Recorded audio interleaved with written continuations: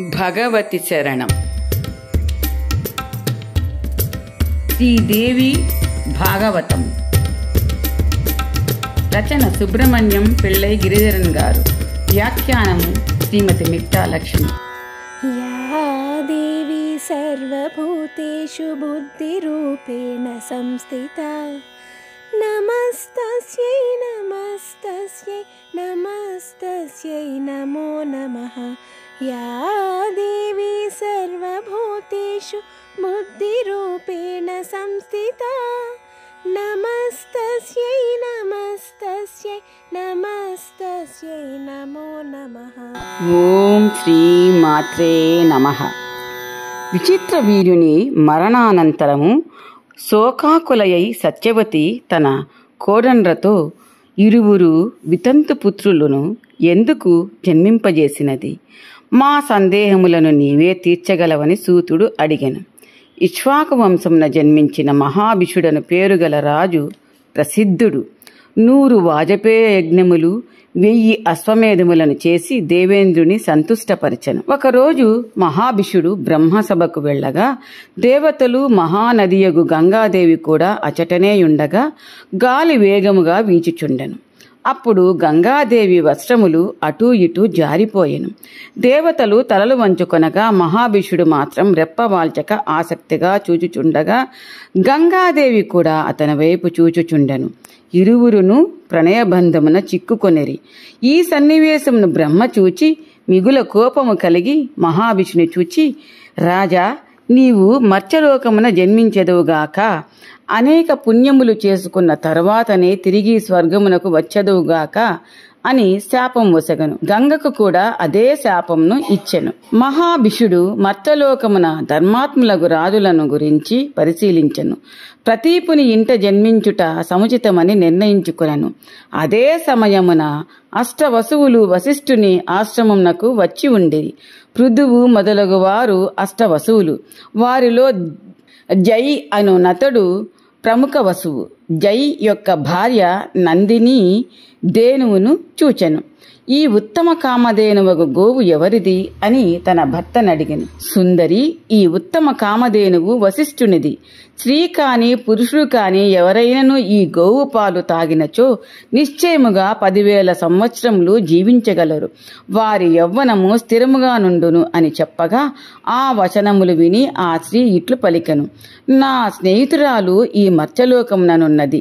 ఈ నందిని పాలు నా స్నేహితురాలకు ఇచ్చి వృద్ధాప్యము రోగములు రాకుండా చేయుటకు నందినిని మన ఆశ్రమమునకు తీసుకుని పోవుదము అని కోరెను. స్త్రీ మాటలు విని నందిని దేనువును దొంగలించెను.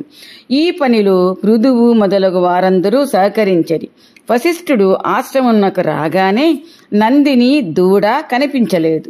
జానమగ్నుడై వసుగణములు నందినిని అపహరించినారని గ్రహించెను. ఈ వసుగణములు మనుష్య యోనియందు జన్మించెదరని శాపమొసగను. ఇదంతా విని వసువులు ఖిన్నులై వశిష్ఠుని ప్రసన్నత పొందడానికి వెళ్లి శరణుజొచ్చిరి. మీరందరూ ఒకరి తర్వాత ఒకరు శాప విముక్తులగుదురు.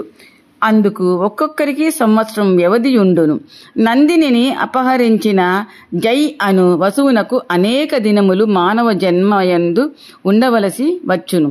ఈ విధముగా శాపమును పొందిన వసువులు వస్తూ మార్గమధ్యమమున గంగను చూచిరి. తల్లి గంగాదేవి, నీవు మానవలోకమున దయచేసి మాకు తల్లి వగుము. శంతనుడు అను పేరుతో ప్రసిద్ధుడైన రాజర్షి కలడు. అతనిని నీవు భర్తగా స్వీకరింపుము.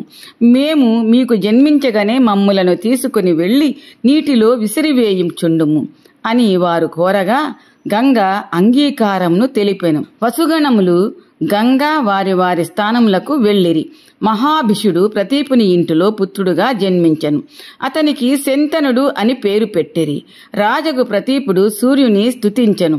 అప్పుడు గంగాజలము నుండి స్త్రీ బయటకు వచ్చెను. మిగుల సౌందర్యవతి అయిన ఆమె ప్రతీపుని కుడితొడపై కూర్చునెను. ప్రతీపుడు ఆ కన్యతో, కళ్యాణి, నా అనుమతి లేకుండా పవిత్రమైన నా తొడ మీద కూర్చున్నావు, నీవేమి కోరుచున్నావు అనగా, రాజా, నేను నిన్ను పతిగా పొందవలనని కోరుచున్నాను. దయచేసి నా సేవను అంగీకరించము అనెను. అందుకు ప్రతీపుడు, నీవు నా కొడితొడ మీద కూర్చున్నావు కనుక నాకు కోడలు కావచ్చు. నాకు పుత్రుడు కలిగినప్పుడు నా కోడలు అగుదువు అని చెప్పగా గంగ సమ్మతించి వెళ్ళిపోయెను. కొంతకాలంనకు ప్రతీపునకు పుత్రుడు ఉదయించెను. యవ్వనవంతుడై వనమునకు వెళ్ళు కోరికను తండ్రికి తెలుపగా, నీవు అక్కడ నిన్ను పతిగా పొందవలనని కోరినచో ఆ కన్యనే నీవెవరు అని ప్రశ్నించక ధర్మపత్నిగా స్వీకరించుము, నీ జీవితము సుఖమయము అగునని చెప్పెను. కొంతకాలానికి ప్రతీపుడు శంతనునకు రాజ్యము అప్పజెప్పి తపం చేయడానికి వెళ్ళిపోయెను. భగవతిని ఉపాసించి స్వర్గమునకు అర్హుడయ్యెను. ఒకరోజు శంతనుడు వేటకు వెళ్ళగా చక్కటి కన్య గంగా తీరమున కనిపించెను. ఆ అందాల భామను, నీవు నా ధర్మపత్ని స్థానమును స్వీకరించి నన్ను ధన్యుని చేయుము అని కోరెను. గంగ రాజు ప్రస్తావనను అంగీకరించి, రాజా, నీవు ప్రతీపుని కుమారుడవు, రాజాది రాజులు నా ప్రతిజ్ఞను కూడా వినుము. నేను ఏ పని చేసినను అది చెడ్డదైనను మంచిదైనను ఆపరాదు. మీరు తిరస్కరించిన రోజు నేను వెళ్ళిపోదును అని చెప్పగా అందాల రాశి అయిన కన్య కోరికను అంగీకరించగా మానవ రూపమును ధరించిన గంగ శంతనుని వివాహమాడెను. కొంతకాలమునకు శంతనుని సంయోగం వలన గంగాదేవి గర్భమును ధరించెను. వసువునకు జన్మనిచ్చెను. ఆ బాలుని వెంటనే గంగలో విసిరివేశెను. ప్రతిసారి అదే విధముగా 7 మంది బాలకులను గంగలో పడవేశెను. రాజు ఈమె చేసుడు కృత్యములకు బదులు పలుకుటకు ధైర్యము లేకుండా ఊరకుండెను. గంగ ఉదరమున ఇప్పుడు 8వ కుమారుడు జన్మించెను. అతడే జౌ అను పేరుగల వసువు. అప్పుడు శంతనుడు గంగాదేవితో, దేవి, ఈ బాలునకు జీవనదానము చేసి నన్ను అనుగ్రహింపము అని ప్రార్థించెను. కాని ఈ మాటలన్నీ విన్న తరువాత కూడా గంగ ఆ బాలుని తీసుకుని వెళ్ళుటకు పూనుకొనెను. రాజు కోపోద్రేకుడై, ఒసి దుర్మార్గురాల, నీవేమి చేయుచున్నావు? నీవు ఉంటే ఉండుము, లేదా నీ ఇష్టం వచ్చిన చోటుకు వెళ్ళుము. ఈ బాలుని మాత్రం నీకు ఇవ్వను అని చెప్పగా గంగరాజుతో, రాజా, ఈ బాలుని రక్షించుకొనుము అనెను. ఇప్పుడే వెళ్ళిపోవచ్చున్నాను. అయితే నీవు నాకిచ్చిన మాట తప్పావు. చాలా కాలం క్రిందట మానవ జన్మ పొందుడు అని వసువులను వశిష్ఠుడు శపించెను. ఈ వసువులందరూ నిస్సహాయులై నన్ను వారికి తల్లిగా ఉండమని కోరిరి. దేవకార్యము సిద్ధించుట కొరకే నేను నీకు సతినైతిని. 7 వసువులే నాకు పుత్రులై వెంటనే శాప విముక్తులైరి. ఈ వసువు మాత్రం నీకు పుత్రుడై యశస్సును తెచ్చిపెట్టగలడు. గాంగేయుడనే పేరుతో ప్రసిద్ధి చెందగలడు. అయితే ఈ బాలుని నేను పెంచి పెద్ద చేసి సకల విద్యలు నేర్పించి ఆ తరువాత నీకు అప్పగించెదను అని గంగ అదృశ్యమయ్యెను. కొంతకాలంనకు రాజు వేటకై వెళ్ళగా అతనికి ఒక బాలుడు కనిపించెను. గంగా తీరమున ఆడుకొనుచుండెను. శంతనుడు బాలుని సమీపించి, బాలక, నీవెవరి పుత్రుడవు అని శంతనుడు అడుగగా ఆ బాలుడు అంతర్ధానమయ్యెను. అప్పుడు గంగను స్తుతింపనారంభించెను. గంగ సుందర రూపముతోనే ప్రకటితురాలయ్యెను. గంగా, ఇప్పుడిచట నుండి కనబడకుండా పోయిన బాలకుడెవరు? దయతో అతని నాకు చూపించమని కోరెను. అప్పుడు గంగ, రాజేంద్ర, ఇతడు నీ పుత్రుడే.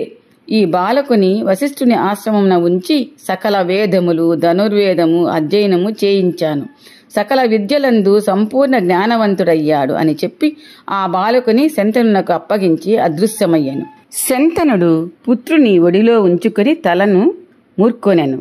హస్తినాపురమునకు బాలుని తీసుకుని వెళ్లి గొప్ప ఉత్సవములు జరిపించెను.